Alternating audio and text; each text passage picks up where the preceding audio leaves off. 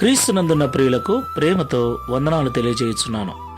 ఈరోజు దేవుడు మనకు చేస్తున్న వాగ్దానం ఏమిటనగా కీర్తనల గ్రంథము 116వ కీర్తన 8వ చరణం.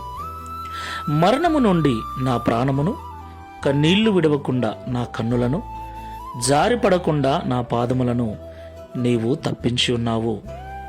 ఆమెన్. నా ప్రియమైన సహోదరి సహోదరులారా, కన్నీళ్లు, ఆయా సమయాలలో పాదములు జారి కింద పడటం, పాపములో పడటం, అలాగే మరణకరమైనటువంటి పరిస్థితిని ఎదుర్కోవటం, ఇవన్నీ మానవుని యొక్క జీవితంలో పరిపాటి. అయితే దేవుడు ప్రతి మనిషికి ఆయుష్కాలమును నియమించి ఉన్నాడు. ఆయుష్ తీరేంత వరకు మనము ఈ లోకంలో జీవించాలి. అయితే ఆయుష్కాలం రాకమునిపే మన ప్రాణములు తీయటానికి, లోకములో మనము ఉండకుండా చేయటానికి అనేక రకాల కష్టాలు, అనేక రకాల రోగాలు, అనేక రకాల అపవాది తంత్రములు మన చుట్టూ తిరుగుతూ ఉంటాయి. అలాగే పాపం అనేటువంటి మహమ్మారి బారిన పడి కాలము తీరక మునిపే మనము చనిపోయే విధంగా మన పాదములను ఆయా సమయాలలో అపవాది తొట్టిల్ల చేస్తూ ఉంటాడు.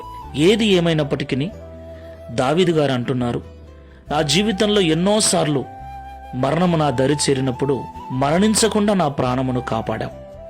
కష్టాల మధ్యన, శ్రమల మధ్యన ఏడవకుండా నా కన్నీళ్లను తుడిచివేశావు. పాపములో పడకుండా నా పాదములు తొట్టిల్లకుండా కాపాడావని దావీదు గారు చెబుతున్నారు. దేవునికి మహిమ కలుగుగాక.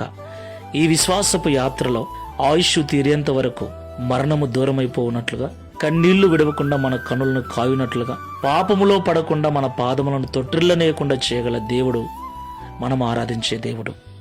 కాబట్టి ఆయనందు విశ్వాసం ఉంచి ఈ ఆత్మీయ యాత్రలో ముందుకెళ్దాం. ప్రార్థన చేసుకుందాం. ప్రేమగల తండ్రి, పరిశుద్ధమైన ప్రభువా, మీకు స్తోత్రాలు చెల్లిస్తున్నాం.